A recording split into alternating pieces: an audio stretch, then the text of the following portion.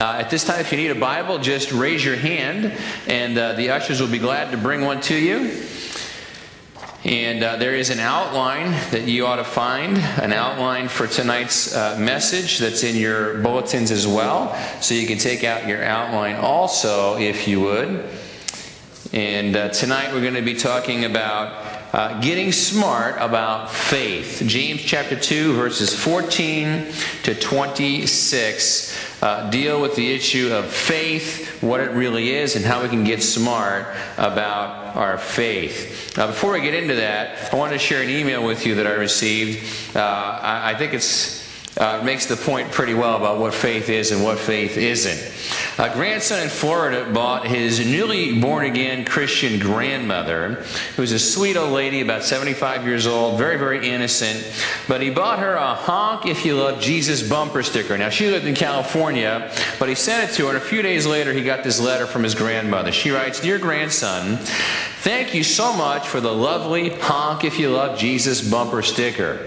In fact, yesterday I put it on my car and off I went to church. I was feeling so happy because I just come from a delightful choir practice and a simply glorious prayer meeting. And I was so glad that I had the Honk If You Love Jesus bumper sticker on my car as I made the long drive back home because I wanted everybody to know just how much I love Jesus. I just had to write, son, to tell you about the amazing and uplifting experience that followed. You see, on the drive home, I stopped at a red light at a very busy intersection. And there I was, just lost in thought, praising and singing to the Lord about how good He is, and I didn't notice that the light had changed. But it's the good thing that somebody behind me loved Jesus, because if he hadn't honked his horn, I never would have noticed that the light had changed. In fact, I found that there were lots of people that loved Jesus. In fact, while I was sitting there, the guy behind me started honking like crazy. And then he leaned out of his window and started screaming at me. He started saying things like, "For the love of God, go! Jesus, go! Go! Jesus, go!" What an exciting cheerleader he was for Jesus. And then everyone started honking like crazy. I never knew so many people loved Jesus. I just leaned out my window and started waving and smiling at all those lovely people. I even honked my own horn a few times to share the love.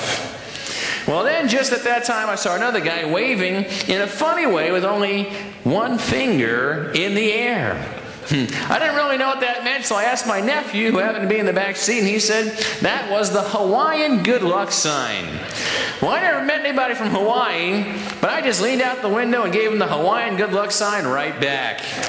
My nephew just burst out laughing. Man, even he was touched by the joy of the Lord. A couple of people were so caught up in the joy of the moment that they actually got out of their car and started walking towards me. I bet they wanted to start a prayer meeting or ask what church I attended or something, but that's when I noticed that the light had changed again. And so I just smiled and waved and hit the gas and passed up all my brothers and sisters as I drove through that intersection. However, unfortunately, it was then that I noticed that I was the only car that got through the intersection before the light changed again. And I felt kind of sad that I had to leave all those wonderful people with all the love that we had shared. And so I slowed down the car, I leaned out the window, I looked back, and I waved, and I gave them all the Hawaiian good luck sign one last time as I drove away. Praise the Lord for such wonderful folks. And son, thank you for the bumper sticker, "Love your grandmother." Well, I think that there's an obvious point there. And the point is that, you know what? Not everybody that honks really loves Jesus, right?